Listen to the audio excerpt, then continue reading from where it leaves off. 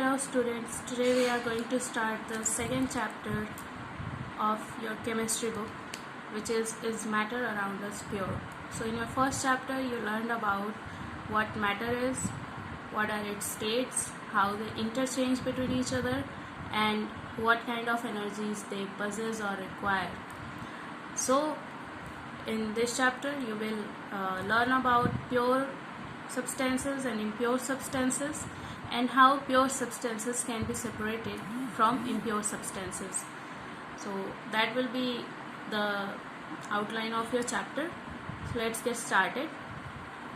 So the first topic in this chapter is elements, compounds and mixtures. But before that we have to take an idea what a substance is. A substance is a particular type of matter with uniform properties which have one kind of properties. That thing is called as a substance. So at the very fundamental level, matter can be divided into two categories basically or substances can be divided into two categories. So these substances may be either pure or impure. What kind of substances would you categorize as pure substances? Those substances which have only one kind of particles as their constituent are known as pure substances. Or you can say those substances which have only one kind of particles as their component, they are known as pure substances. And in pure substances, two things are placed here. First is elements, second is compound. Another category of substances, impure substances. And impure substances consist of mixtures. Mixtures can be in turn homogeneous or heterogeneous. So we will learn more about homogeneous and heterogeneous type, but before that we will study about pure substances. So from our definition we know that pure substances are those substances which are consist of only one kind of particles. These particles may be atoms or molecules. So while you will study about atoms and molecules in detail in your chapter 3, but to give you a basic idea of atoms and molecules, let me tell you that atoms are those particles which are tiniest and physically undivisible. That means physically you cannot divide it into smaller particles. So atoms are the tiniest particle of any substance. Molecules are made by chemical combination of two or more atoms. When two or more atoms join together chemically by a chemical bond, then they are known as molecules. For example, hydrogen is an atom, and when two hydrogen atoms join together through a chemical bond, they form a molecule H2. So this is an atom, the simplest particle of hydrogen, and this is molecule which is formed by the chemical combination of two hydrogen atoms. So that is the difference between atoms and molecules.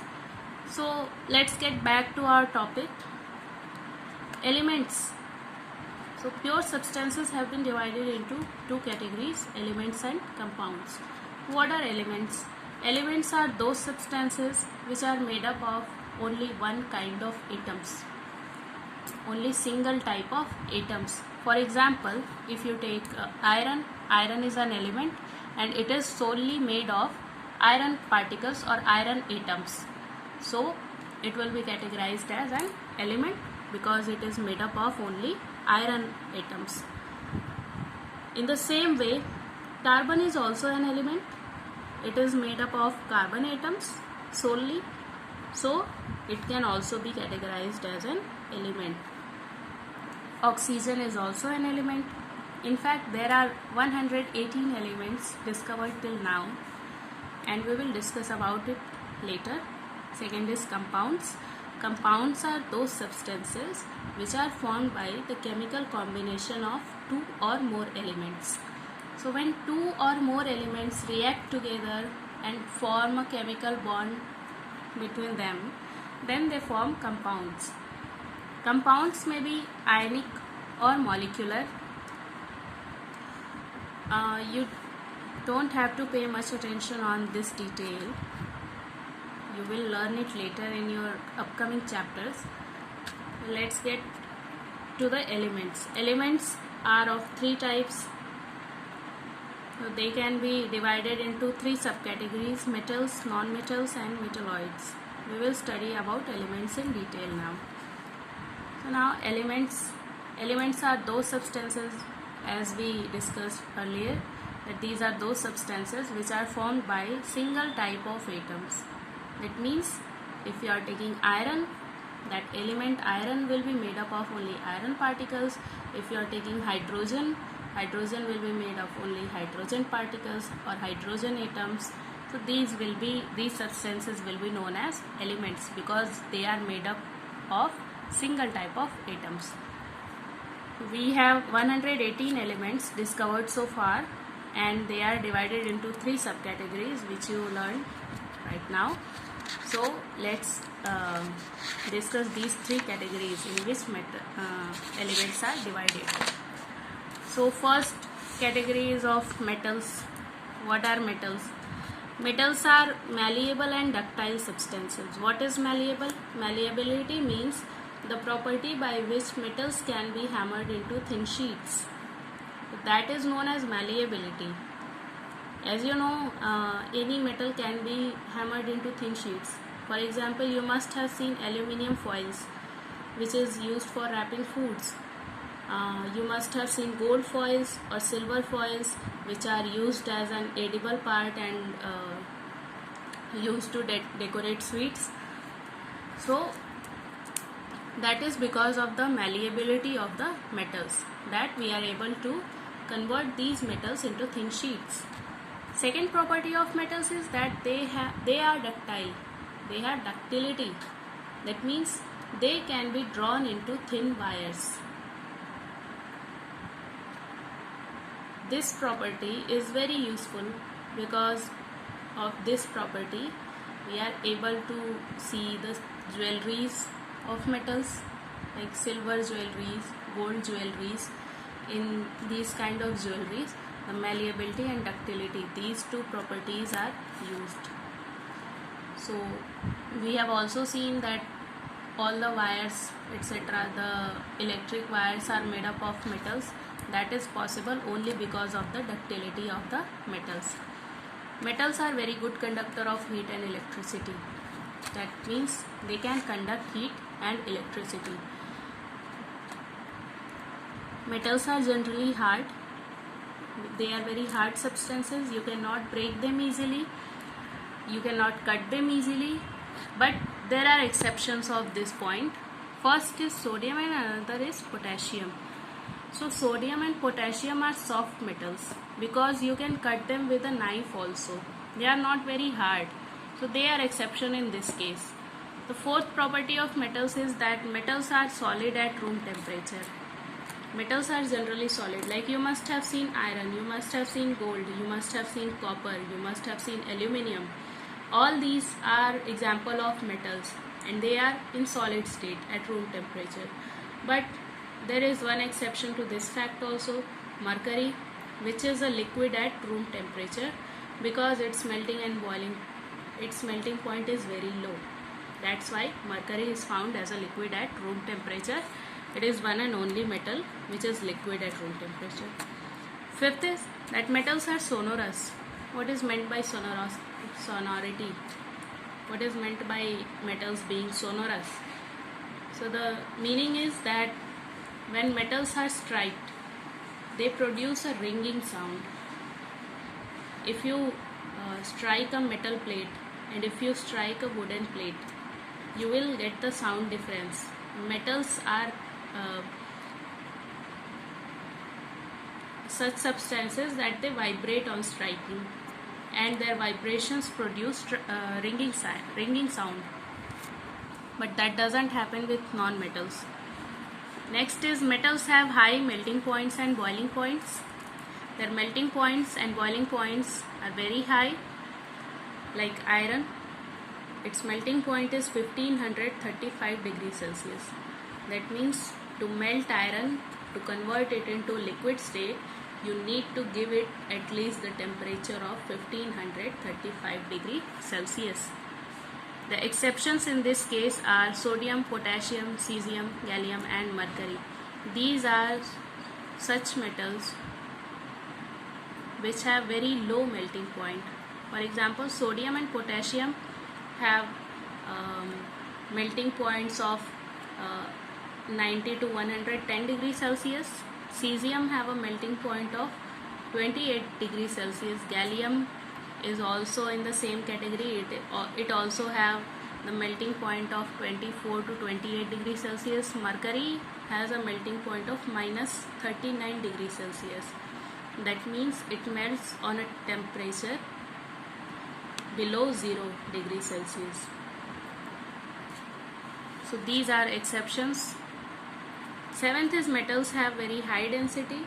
They are very dense because their particles are very closely packed together, and because of that metals are heavy. Next is metals have high tensile strength. That means they can withhold weights, they can withhold strain on them, they can withhold large weights, and because of this property they are used in large constructions like buildings, bridges, etc. Metals are generally silver or grey in color except copper and gold. If you have seen metals like iron, aluminium, boron, these metals are either silver or grey in color. But there are two exceptions in this case: copper, which is reddish brown in color, and gold, which is yellow in color. Last is that metals have a characteristic shine, which is referred to as metallic luster. You must have seen that metals shine. They do shine in the presence of light, and this is called metallic luster. You won't see a metallic shine in any other substance. So their luster is known as metallic luster. It is the last property of metals. Now just compare the non-metals with metals. So the property of non-metals are basically opposite of that of metals. First is non-metals are non-malleable and non-ductile. You cannot convert them into thin sheets or wires because they are brittle. As soon as you hammer them or draw them, they will break easily because of their brittleness. Second is non-metals are poor conductors of heat and electricity. They cannot conduct heat or electricity. But the exception is graphite, which is a very good conductor of electricity, and because of that property it is used in dry cells as an electrode. So except graphite, all the non-metals are poor conductor of heat and electricity. Third is non-metals are generally soft and brittle, unlike metals. Metals are generally hard, but non-metals are generally soft and brittle. That means they can break easily, except diamond. Diamond is a non-metal which is the hardest known substance on earth. So diamond is an exception in this case. Fourth, non-metals may be solid or gas at room temperature. Only liquid non-metal is bromine. So whatever non-metals which are known to human, they are either found in solid or in gaseous state.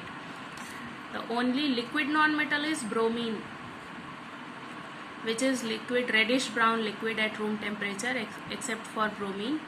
Carbon, sulfur, phosphorus, these are some solid non-metals. Oxygen, hydrogen, helium, these are gaseous non-metals. Fifth is non-metals are non-sonorous. That means you do not get any kind of ringing sound on striking any non-metal. If you strike a wood, you won't get a ringing sound. So non-metals are non-sonorous. Non-metals have very low melting points and boiling points. That means they melt easily, they boil easily at very low temperatures, except for diamond and graphite, which have very high melting point of around 3500 degrees Celsius to 3700 degrees Celsius. Next is non-metals have very low density. Their particles are loosely packed together. so they have very low density. Next is non-metals have very low tensile strength. That means they cannot withstand large weights, they cannot withstand any kind of stress on them, they will break easily. Ninth is non-metals are found in different colors. It means sulfur is yellow, oxygen is colorless, phosphorus is white and red, chlorine is yellowish green, bromine is reddish brown. So different non-metals have different colors.